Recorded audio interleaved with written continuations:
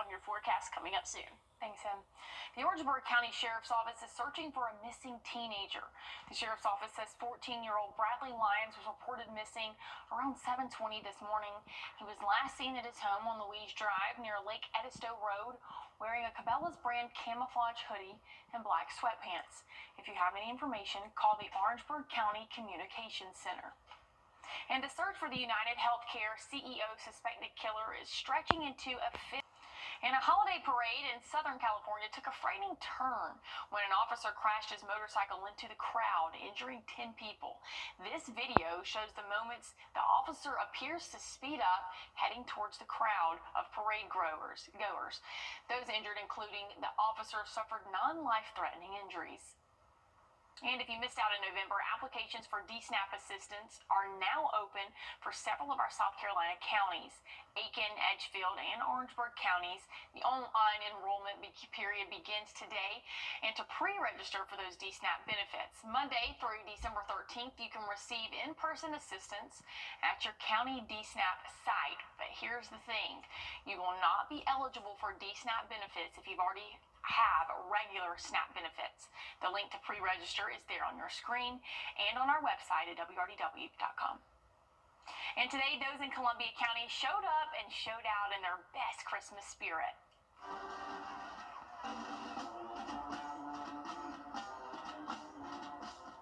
The parade puts a bow on a festive week of gatherings across the two-state area. The streets of North Augusta saw more than 100 performers, cars, and other attractions, too. And also today, again at 3, like I just said, over in North Augusta, so many people lined the streets for their Christmas parade. Even Mayor Britton Williams could be seen showering the streets with candy. And not far behind him was Augie. And speaking of those green jackets, next Saturday is a free holiday event at SRP Park from 10 to 1. Well, I hope everybody got out there and enjoyed the warmer weather for this Sunday. Now we're tracking rainfall for the beginning of the work week. I'll have your full forecast broken down for you after the break. Save during France March. Don't miss it.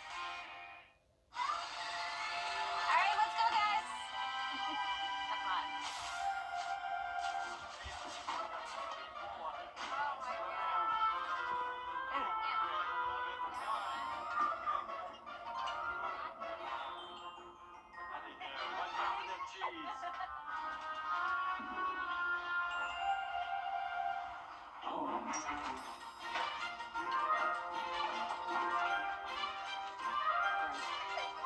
Yeah, it's a Christmas tree, huh? Yeah.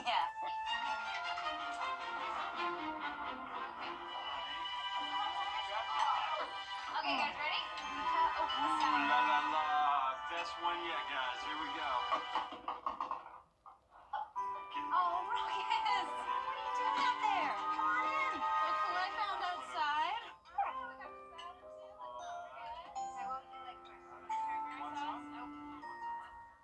Save during France March USA's county. Well, we're taking a look from our studios down Cabela Drive this evening. It's pretty nice out there, but the rain could be moving. Well, it's not could be. It is moving in this week. Emily, do those colder temperatures come along with that?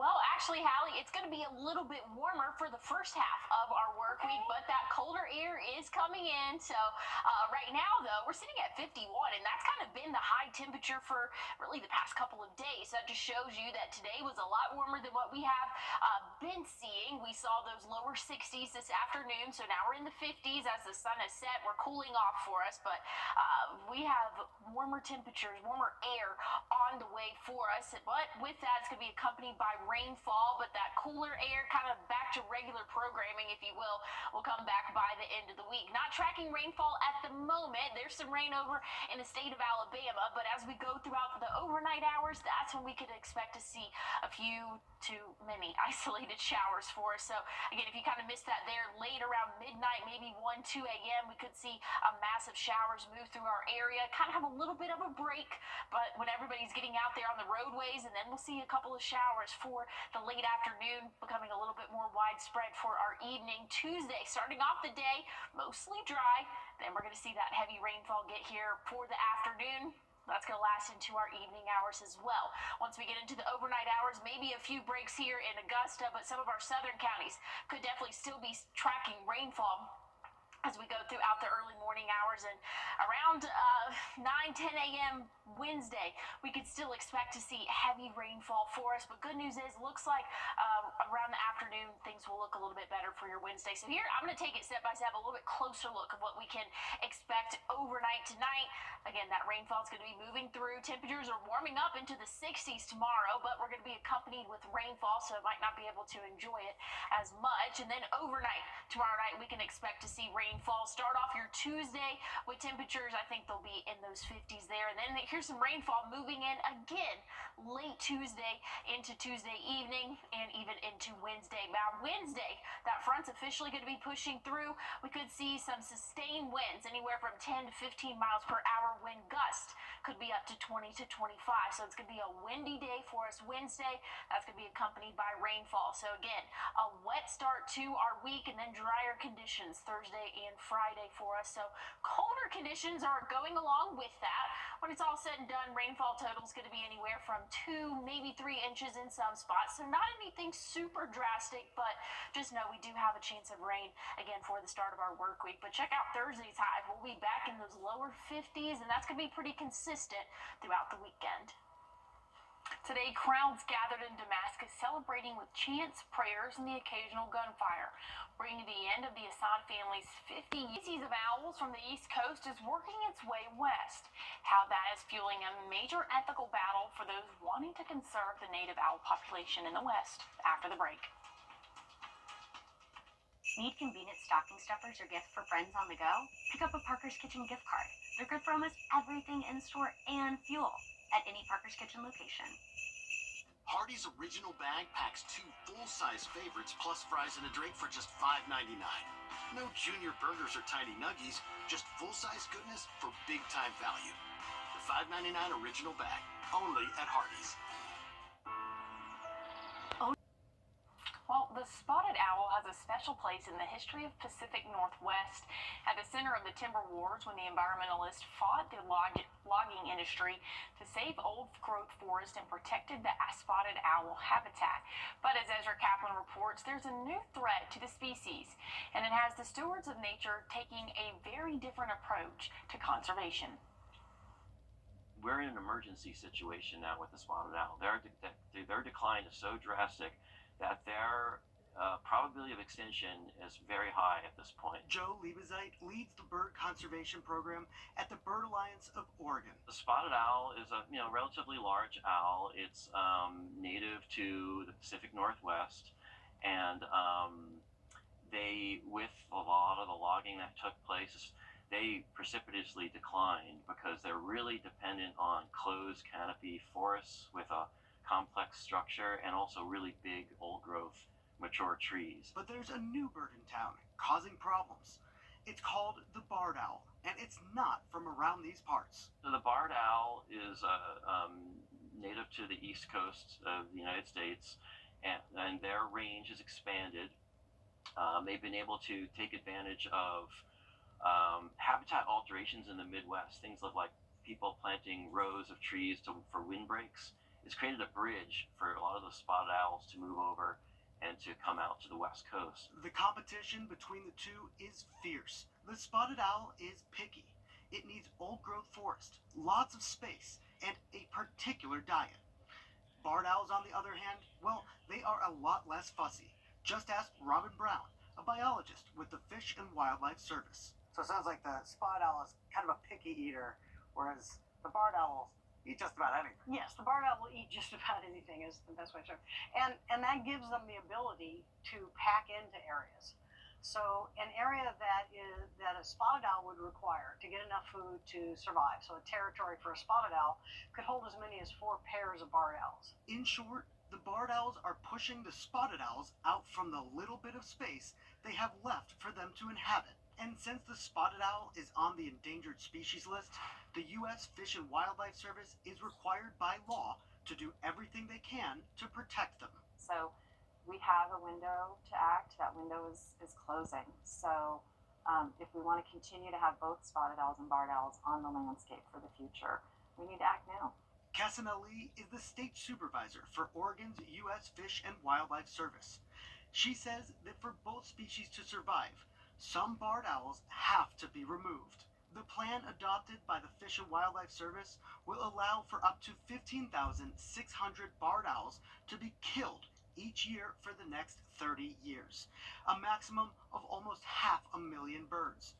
And while that number is huge, it would be less than 1/2 of 1% of the global population. We don't come to this decision lightly. None of us become wildlife biologists expecting that lethal removals will be part of the work you do. That's not why we come to this work. We come to it because we care about the species, because we want to conserve the species and the ecosystems. Brown, who is in charge of the barred owl removal strategy, stresses that this does not mean that it's open season on the birds.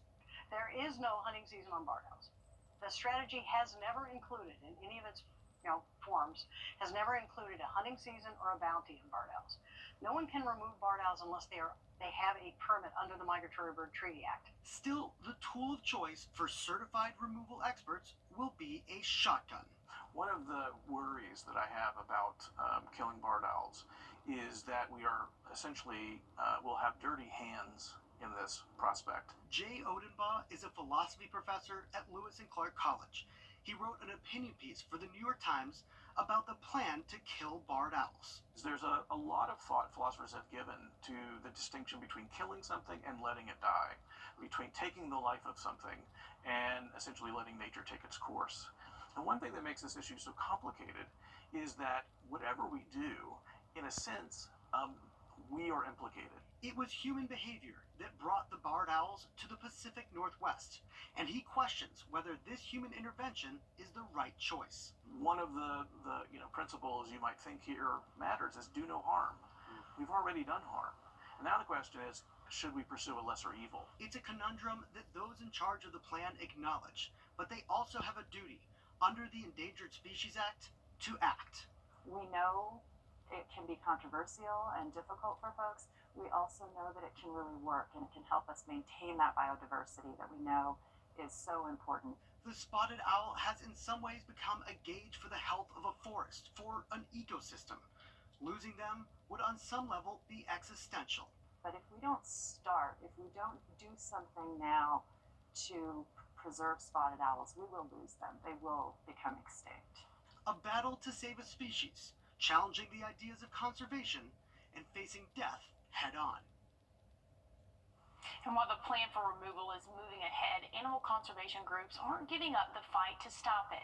There are currently 2 challenges working their way through federal court opposing the Fish and Wildlife Department's plan. And barred owls are common here in Georgia, too. Well, it's Election Sunday in college football, and we have plenty of teams moving on in the postseason. Coming up in sports, Joseph Doring breaks down who's still playing for a national title. The Wilson family has been heating and cooling homes since 1954. Technology has changed. When you are On your sideline.